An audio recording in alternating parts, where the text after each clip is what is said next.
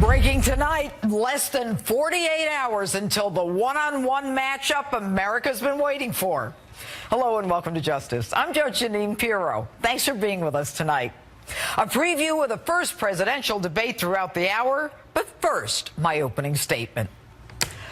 48 hours from what will be one of the biggest television events in history.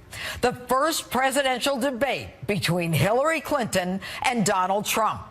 Right now, the race is neck and neck. It may even be a photo finish, so the pressure is on.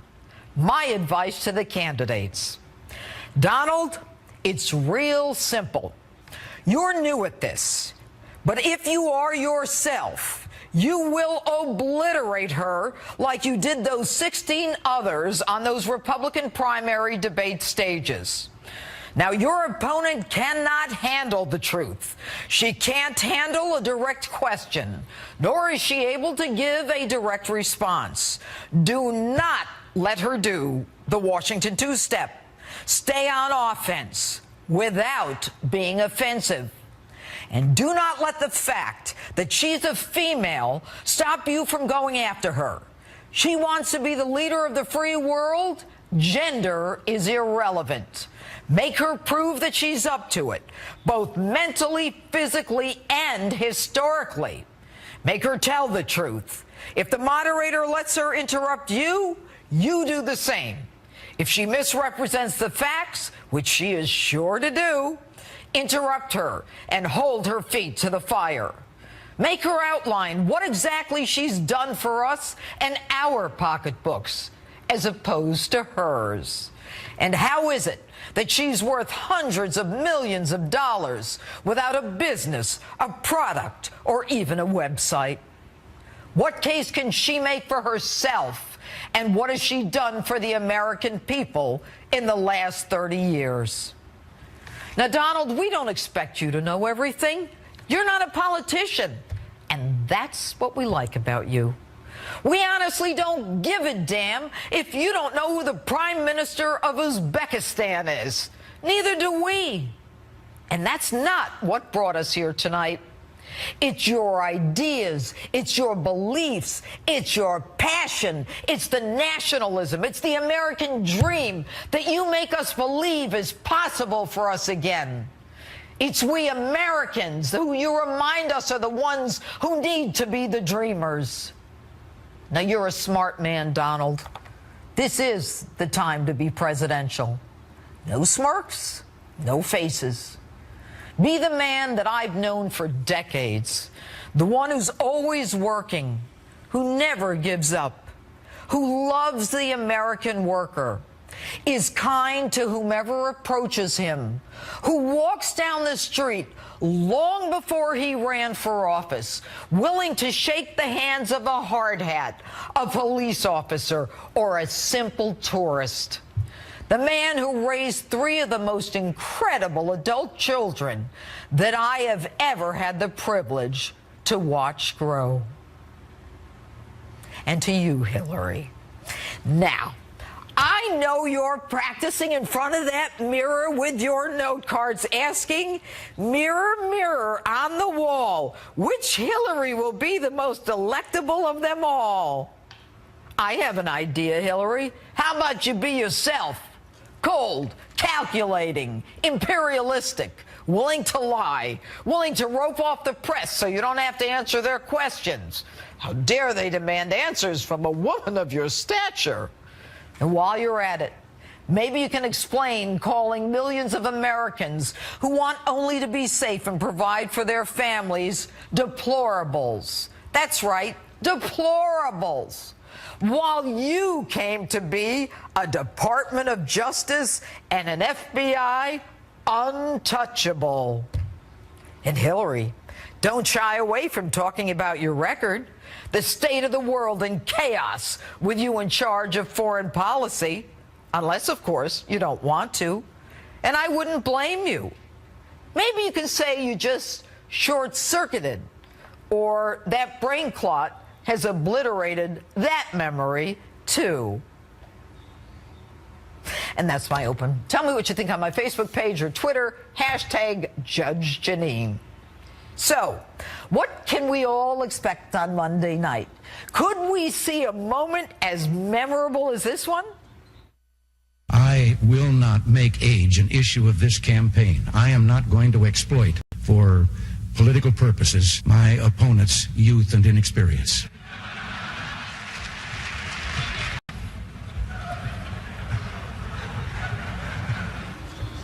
That was 73-year-old Ronald Reagan running for re-election as the oldest president in American history in 1984.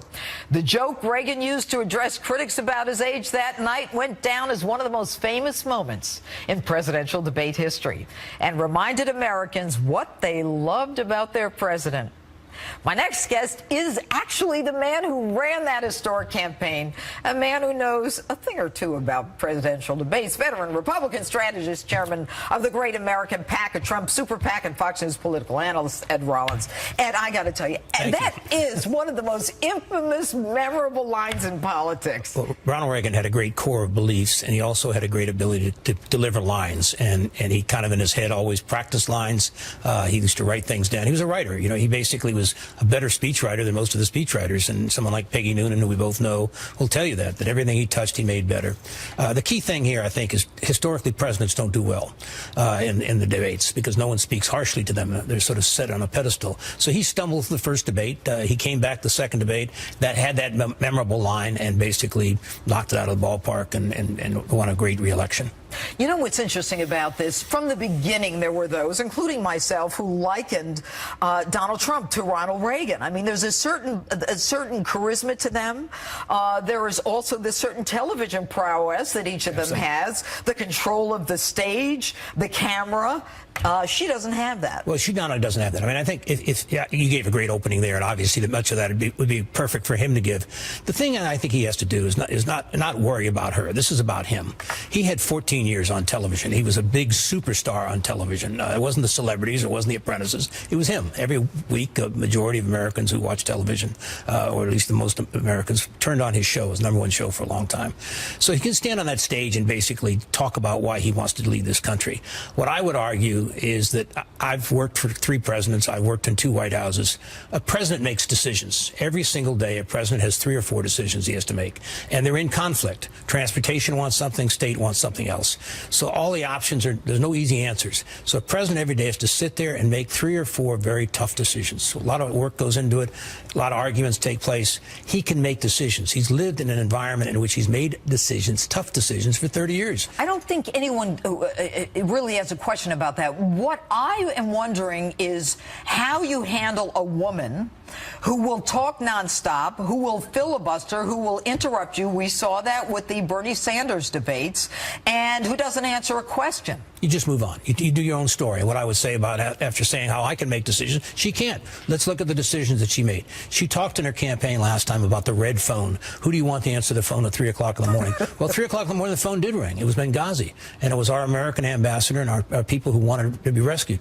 She didn't make the right decision there. She didn't make the right decision in Syria or Lebanon or what have you. So, like her husband also was a terrible decision maker. You read any book of the post, charming man, great campaigner, much better campaigner than she is, but at the end of the day, was not a decision maker. All right. Now, 6 weeks ago, Hillary was ahead. Now they are neck and neck. Absolutely. And the swing states are getting even crazier right now.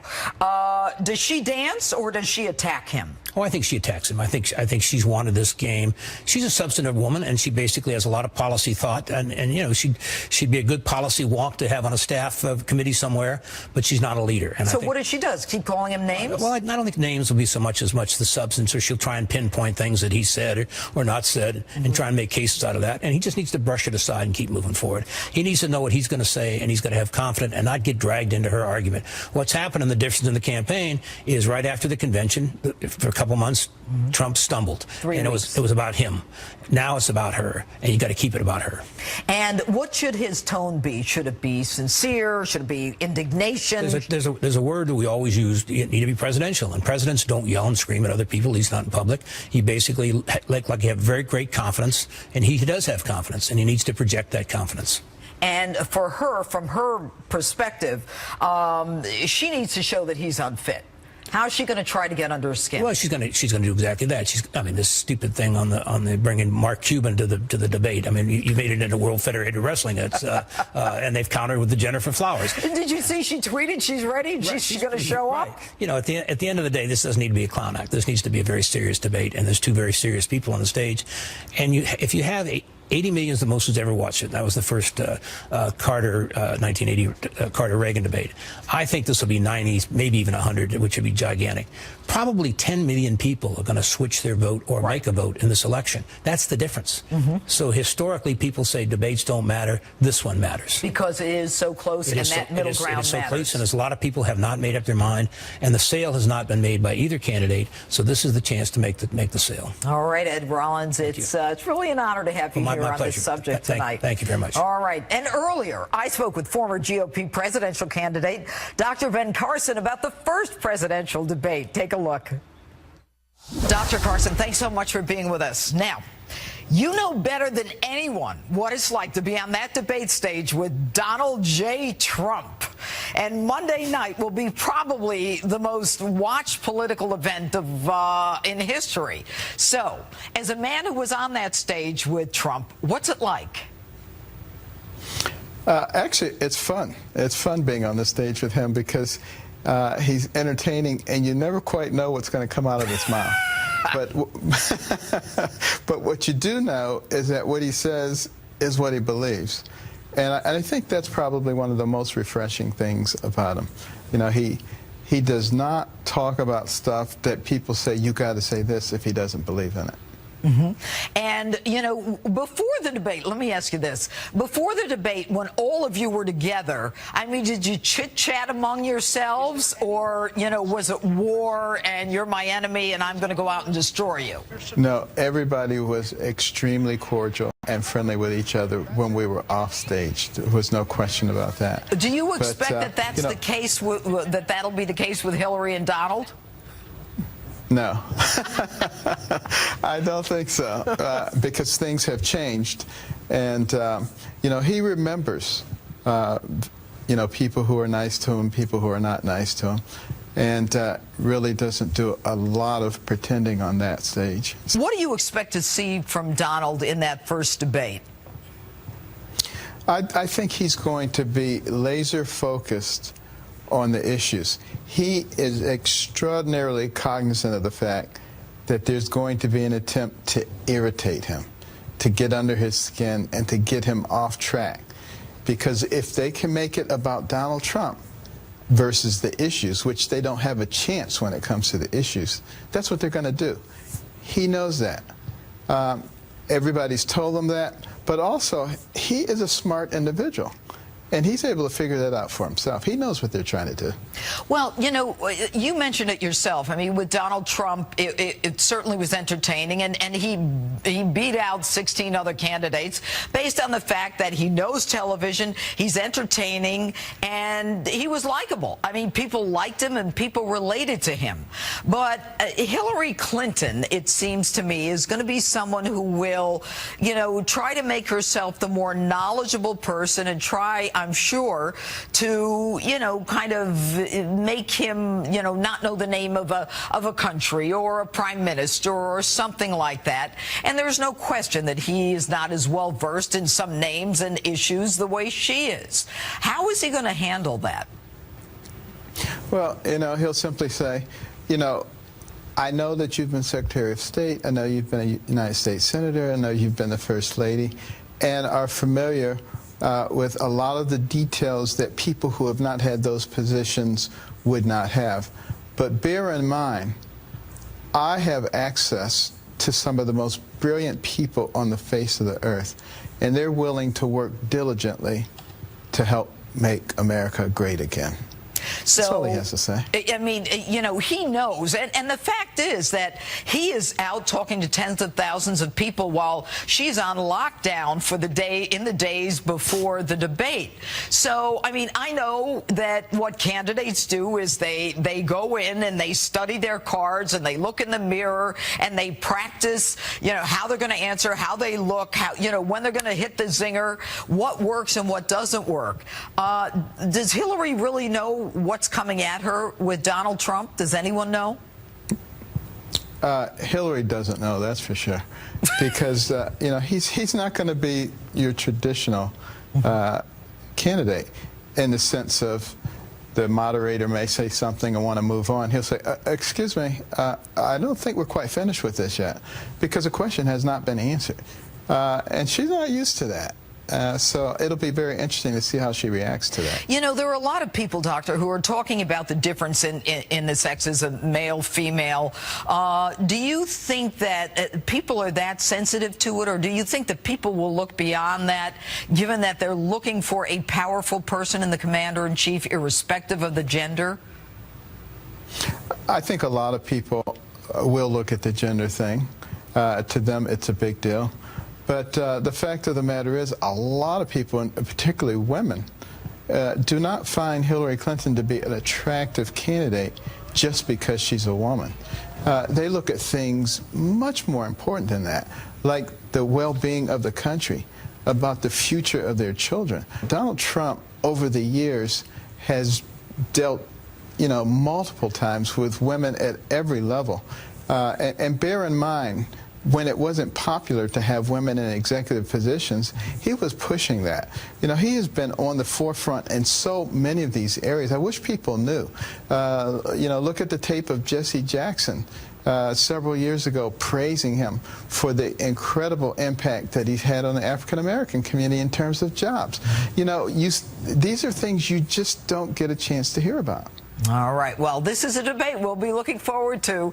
Dr. Ben Carson, thanks so much for being with us tonight. Always a pleasure, Judge. Thank you. Still ahead tonight, I'll talk a little Donald Trump with boxing promoter Don King. And if you think he's tough, check this out. To run for office, you have to be able to take a beating. You also have to be able to give a beating. Then I hit the gym for street justice to ask Americans just how important a candidate's health and physical fitness really is. Let's pump some iron as justice rolls on. Do you think either of the candidates are really in good physical shape? No. Why do you say that? Their doctors say they're in good physical shape. They're old.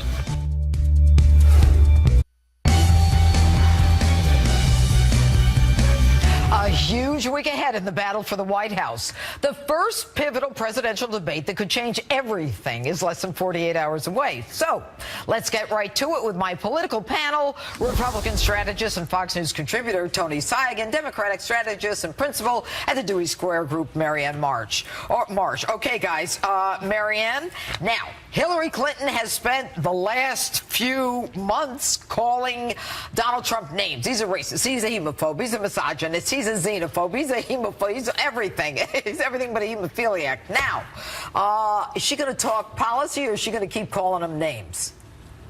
I think what Hillary Clinton's going to do is she's preparing for a debate. Donald Trump's preparing for a performance. And I think the most effective thing she can do is the more this is on policy and how problems are going to get fixed. And she's also very effectively used his own words against him and hold him accountable by doing that. I think that would be a very good debate strategy for Hillary Clinton. Would you agree, Marianne, that she is your classically trained politician, and as someone who's ran for office 5 times, you get the notes, you practice, you do all this, whereas Donald Trump is a showman. So they're going to have very different styles, irrespective of the substance.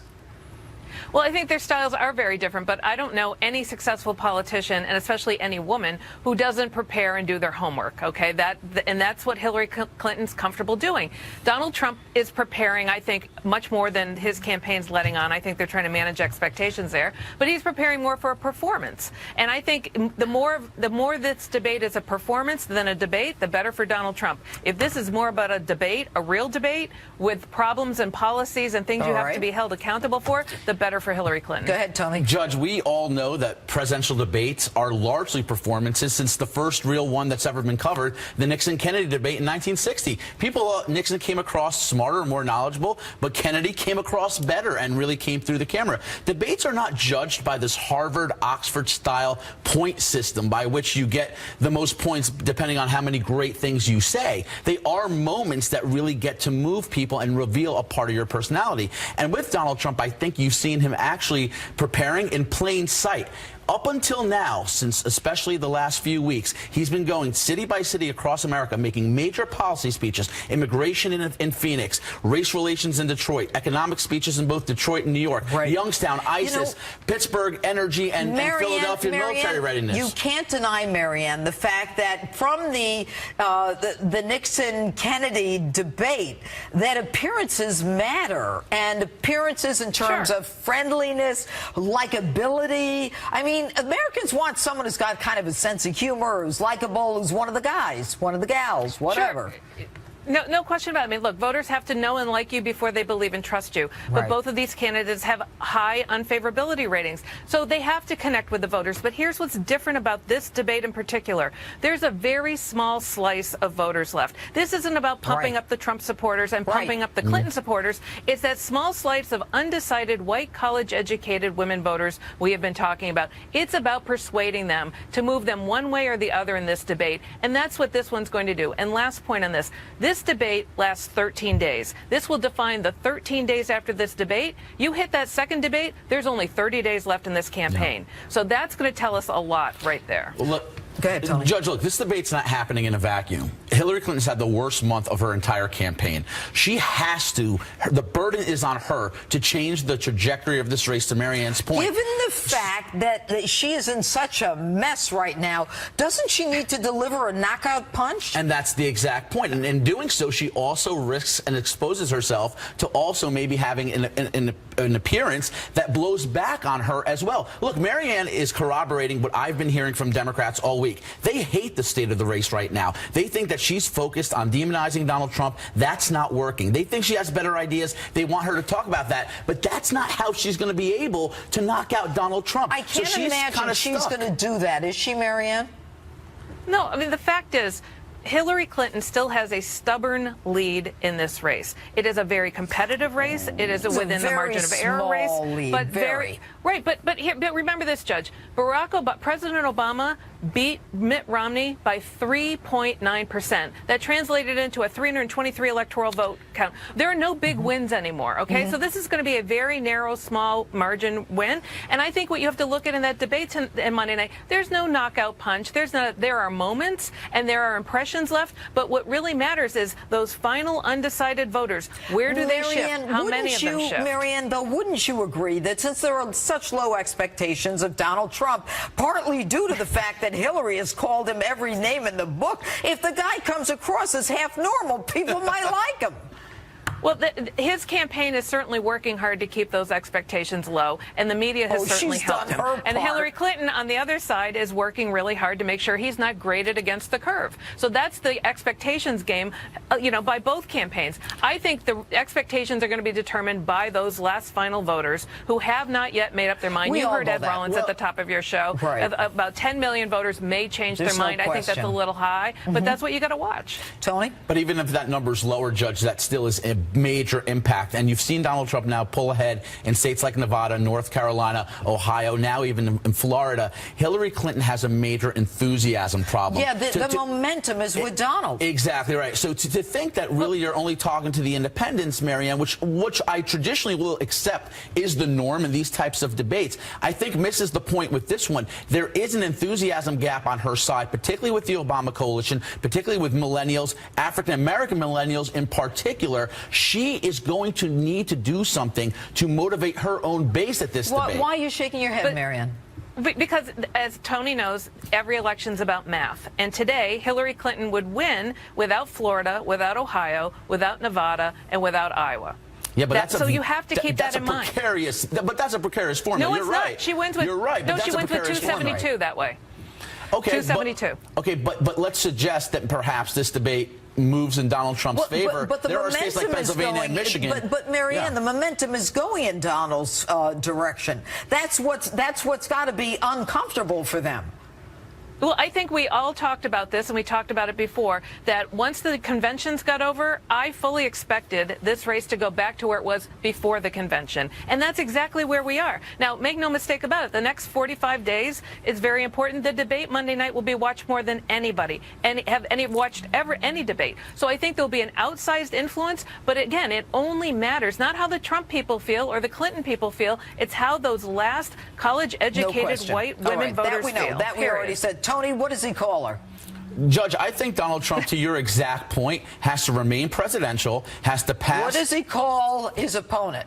He could call Hillary, Mrs. Clinton, Madam Secretary, Marianne. What is he supposed to call her? I think he might change it up. He might change it up throughout the whole thing. Marianne, what should he call her? Well, I think whatever he calls her has to be respectful. And I think Hillary, if he is does that anything, respectful? Well, She's called him a racist. Can you call her Hillary? Look, here's the big thing, Judge, and I think we're seeing this already. If Donald Trump is in any way demeaning, hits her personally, is disrespectful of her, he's going to lose the very voters he needs. No doubt his supporters will love it and cheer all night long, but that's not going to win him the White House. Final words, Tony. Donald Trump has an amazing ability to adapt throughout the entire debate. Hillary Clinton is going to be sterile and antiseptic. That is the big problem when she is up against someone the likes of which we've never seen on a presidential debate stage. All right, Tony Sayegh, Marianne Marsh. It's going to be interesting. Thanks so much. It is. Thanks, Judge. Thank you. And next, I step in the ring with Don King to talk about another famous guy named Don. And then I hit the weights at Modell's and ask customers how important physical fitness is in a president. You can't miss this week's Street Justice.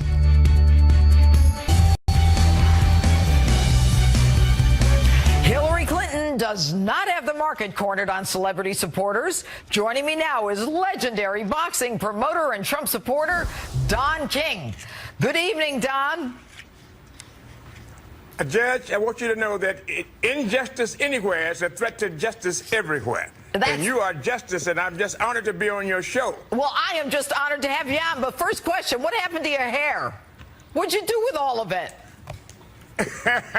Well, my hair, you know, little spider on the wall, ain't got no hair at all, ain't got no comb to comb his hair, so what do we care? He ain't got no hair. I gotta tell you, I remember you with the big, big hair. Okay, Don King, it is a pleasure to have you on the show. Let me ask you this. 6 weeks ago, Hillary Clinton was ahead. Now they're neck and neck. Does Donald Trump need to make sure in that ring that he delivers a knockout punch? Does she need a knockout punch? Do they do a rope-a-dope? Do they dance? What do they do? Well, first of all, Donald Trump has resonated with the people because the people are rejecting the form of government. They haven't rejected a form of government like this since the founding fathers in the 13 colonies separated from England, because they call it tyranny, you know, and tyranny is taxation without representation, no voice or representation in the legislation that you are to be obey the laws and abide by. So therefore, that is tyranny. Well, this type of form of rejection of the form of government is now taking place in America. The people are rejecting the lying politicians, the unkept promises, lie, promises, and then apologize. Lie, promise, and then apologize. The people have been fed up. Donald Trump would not be on this ticket. It is not, if the people didn't want him. This is the will of the people. The politicians don't want him. The establishment don't want him. The Republicans didn't want him. The Democrats didn't want him. The will of the American people is why Donald Trump is standing there now, and he will be the next president of the United States. This is what you must understand. The system considers the white woman inferior and own property. The system considers black people inferior and own property. So therefore, we are the left outs. And he's a non-politician. He's a businessman that's going to make America great again. And so the people are looking and finding and searching for someone to help us and to lead us out of this quagmire of corruption. Don, when you say that the system has left out people of color, we have an African-American president. You believe that he has left out people of color? No, that is not the point. What he is a principle. I love Obama. I think he's good. But listen.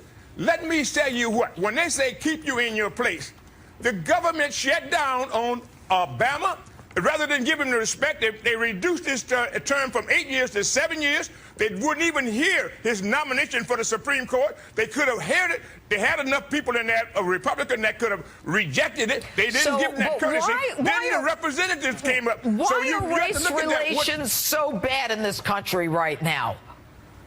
Because of the system. The system is the enemy of America. What we treat, Judge, is the effects. Okay. We have never went after the cause. And thanks to Donald J. Trump, he went to the heart of the matter as the cause. The system is the cause. So therefore, he said, we will create a whole new system. We will take this system apart. Now, we're going to help the veterans. They're going to give veterans an opportunity where they can be able to be treated. We exalt them and say, put themselves in harm's way. Do all these great things, you wonderful guys, protecting our liberties, our freedoms, and our safety. And when they come back home, they can't get no treatment. They die in parts. Yes. All right, Judge, I want you to know, this is my America. America's the greatest nation in the world, and I'm fighting for America and the will of the people. And Donald J. Trump is the will of the people. He stands strong. He's bold, he's audacious, he's brave, and we're going to win because the people will be doing themselves a favor. Don, it ain't about let me get a question Republican in here. or Democrat. It's about the people. I agree with you.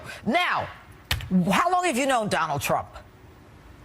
Many, many years, over 3 decades. I know his daddy too, Fred. Fred is smiling on us right now. He knows the time has come, Jimmy. It's going to be a revolution. When you are dealing with hypocrisy and a whole climate of lies, to tell the truth is revolutionary. Donald J. Trump tells the truth. He is honest. And so he is not a politician. He's becoming a politician, but he's a leader, and he's successful. He has the drive. He has the heart, and he's going to make America great again. Don, can I ask you, I write my own opens. You could write an open. It sounds just like me. Let me ask you a question. Are you going to be at Hofstra at that debate Monday night? Absolutely. If you speak Espanol, absolutamente. If you speak anything else, German, da. If you speak Russian, you know what? What are you I have going a to be heavyweight doing? title fight. Don, what are you going to be doing in the audience? I'm promoting the biggest fight of my life, the battle for liberty. And what did that mean? The cause is liberty. The goal is freedom. We want freedom in our country. We want what Barbara Jordan said many years ago. It's very simple. What this country, give the people what they want. Give the people what America promised. Don, so what we want to do is, I got a heavyweight title fight that I'm going to bring Vladimir Putin, President Putin, and President Trump. They're going to be sitting at ringside, side by side. I'll see you Monday. Street Justice is next.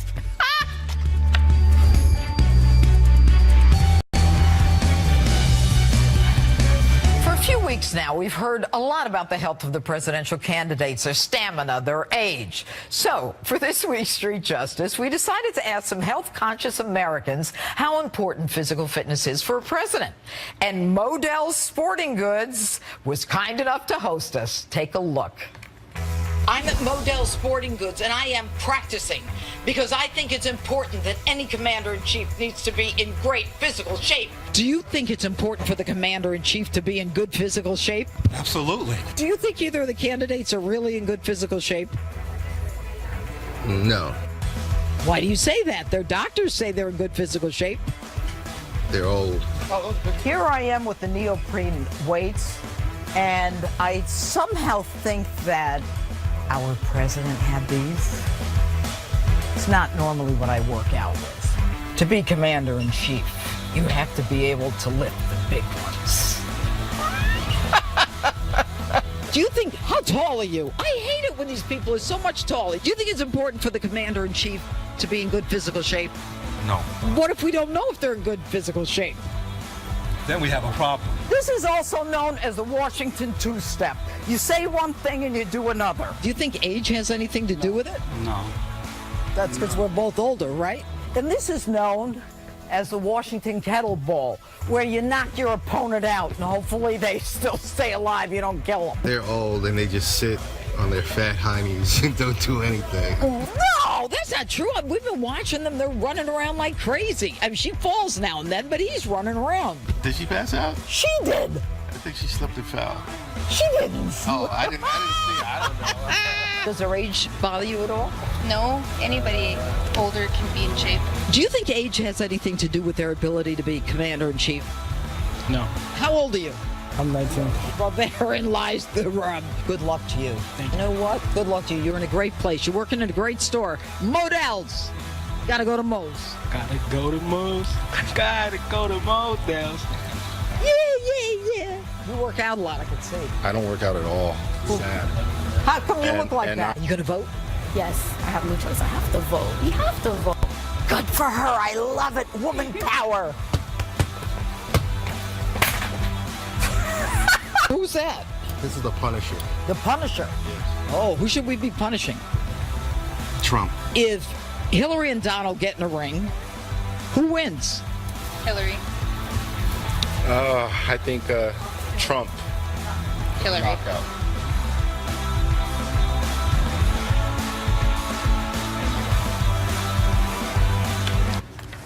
We'll be right back.